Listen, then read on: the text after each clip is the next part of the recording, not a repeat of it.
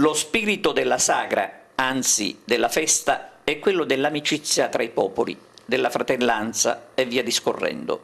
Da sempre è stato così. Quest'anno, purtroppo, sono spuntati problemi legati in un certo senso all'ordine pubblico, per cui si è annunciato uno stop alla sfilata per la domenica conclusiva nella strada che da 74 anni rappresenta il centro della festa, ovvero la Via Atenea. Da qui la delusione soprattutto dei commercianti e l'inizio delle polemiche. Possiamo dire fino a ieri però, per fortuna. Sì, perché la sfilata conclusiva della sagra attraverserà la Via Atenea come ogni anno, per buona pace di tutti.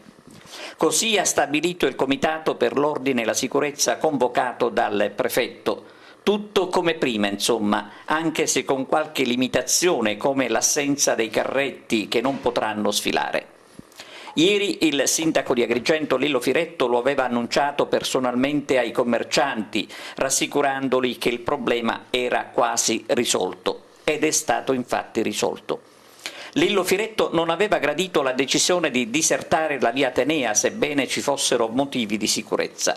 Per me, aveva detto il sindaco, è inaccettabile escludere la Via Atenea dalla sfilata.